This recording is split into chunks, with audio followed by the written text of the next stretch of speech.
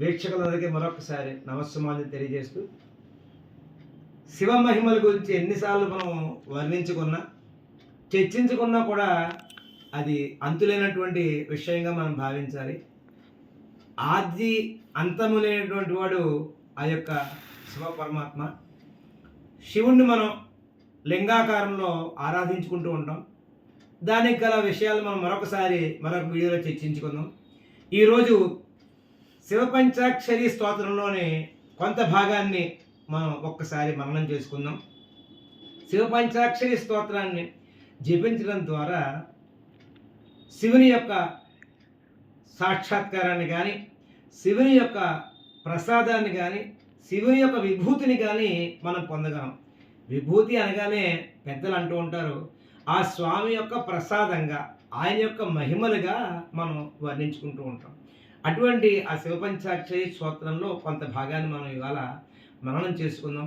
ముఖ్యంగా మరి నాకు పరమేశ్వరుడు మాణిక్యామతో కూడినటువంటి ఆ భీమనాథుడు, భీమేశ్వరుడు దక్షిణ కాశీ క్షేత్రంగా భాసిల్లుతున్నటువంటి ద్రాక్షారామ, అలాగే అష్టాదశ శక్తిపీఠాలలో పేరెన్నిక కన్న పీఠంగా, అలాగే పంచారామాలలో పేరెన్నిక కన్న ఆరామంగా, దక్షారామంగా భాసిల్లుతూ కార్తీక మాసమనే కాకుండా అన్ని మాసాలలోనూ కూడా వందలాది వేలాది మంది భక్తులతోటి కటకటలాడుతున్నటువంటి ఆ దక్షిణ కాశీ భీమేశ్వర స్వామి పాదాలకు మరొక్కసారి శిరస్సు వంచి ప్రణామిల్లుతూ నమస్కారం తెలియజేస్తూ, ఈ దక్షిణ కాశీలో నివాసం ఇచ్చినటువంటి ఆ స్వామి యొక్క పాదాలని ప్రతినిత్యము కూడా పూజిస్తాను, స్మరిస్తాను, మననం చేసుకుంటానని, అలాగే అమ్మ మాణిక్యాంబాదేవి పిలిచిన పలికే దేవత.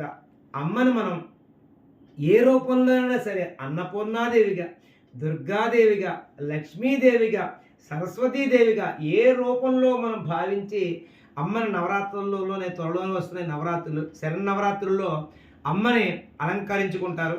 అటువంటి ఆ అంశాన్ని కూడా మీకు వీడియో రూపంలో నేను ఆ సమయంలో పెడతాను. మరి ముందుగా శివపంచాక్షరి స్తోత్రంలో కొంత భాగాన్ని మనం ఒకసారి మననం చేసుకుందాం.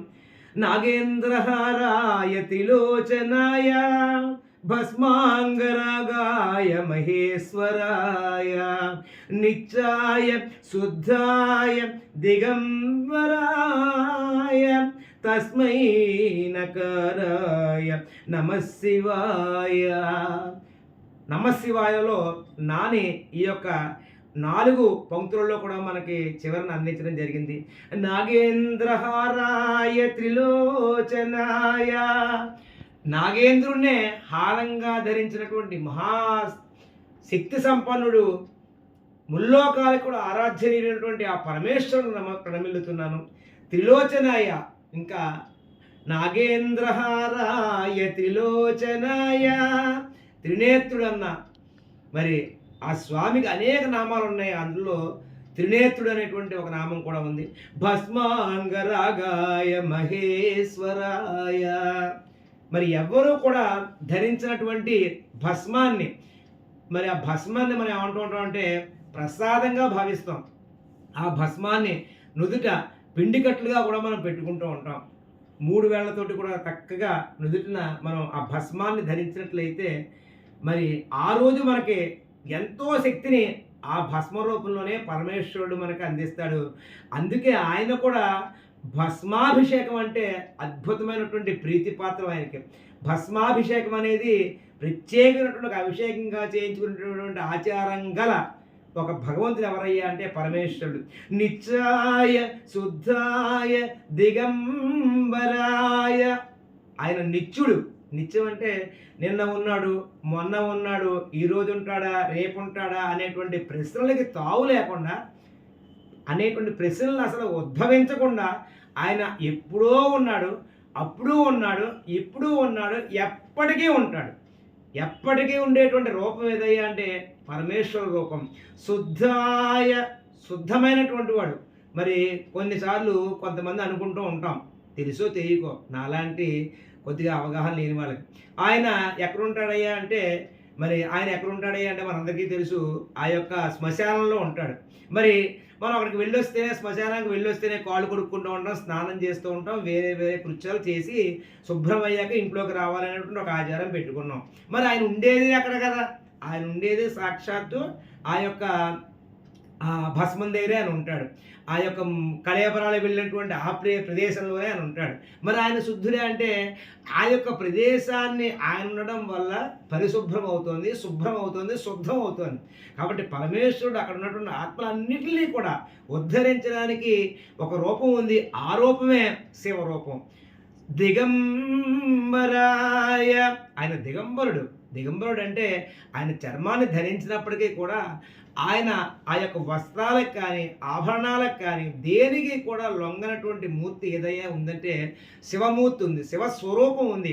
ఆయన ఆడంబరాలకి వెళ్ళడు, ఆయన అభిషేకానికి తప్పించి దేనికి కూడా లొంగనటువంటి ఒక గొప్ప మూర్తిమత్వం గల స్వామి ఎవరయ్యా అంటే శివస్వరూపం. తస్మై నకారాయ నమ శివాయ. అటువంటి ఆ పరమేశ్వరుణ్ణి మరొక్కసారి, నీవు తప్ప ఏది దిక్కు లేదు నాకు, నువ్వే నాకు, అన్యథా శరణం నాస్తి త్వమేవ శరణం మమ, తస్మాత్ కారుణ్యభావేన రక్షరక్షో మహేశ్వర రక్షరక్షో జనార్దన రక్షరక్షో పరమేశ్వరి అన్నటువంటి శ్లోకాలను పెద్దలు చెప్తారు. అంటే ఈ శ్లోకంలో ఈ యొక్క 4 పంక్తులలో మనం నేర్చుకోవాల్సిన విషయం ఏంటంటే, తెలుసుకోవాల్సిన విషయం ఏంటంటే, ఆ స్వామిని మనం ఏ రూపంలో ప్రార్థిస్తూ ఉన్నా ఆయన మనల్ని నిత్యం కూడా కాపాడేటువంటి ఒక తత్వం గల వ్యక్తి. మరొక్కసారి శక్తి ఆయన మరొక్కసారి నేను స్తుతిస్తూ, నాగేంద్రహారాయ త్రిలోచనాయ భస్మాంగరాగాయ మహేశ్వరాయ నిత్యాయ శుద్ధాయ దిగంబరాయ తస్మై నకారాయ నమ శివాయ. ఇటువంటి ఒక గొప్ప స్తోత్రంలోనే కొన్ని పంక్తులు మేము ముందుంచడానికి ప్రయత్నం చేశాను. మీ యొక్క అభిప్రాయాలను తప్పనిసరిగా నాకు కింద కామెంట్ రూపంలో తెలియజేయండి. మరిన్ని చక్కటి భగవంతు సంకల్పితమైనటువంటి వీడియోలు మీకు అందించడానికి ప్రయత్నం చేస్తాను. మరొక్కసారి మీ కృష్ణ విఠలుడికి నమస్కారం చేస్తున్నాడు మీకు. హర హర మహాదేవ శంభో శంకర.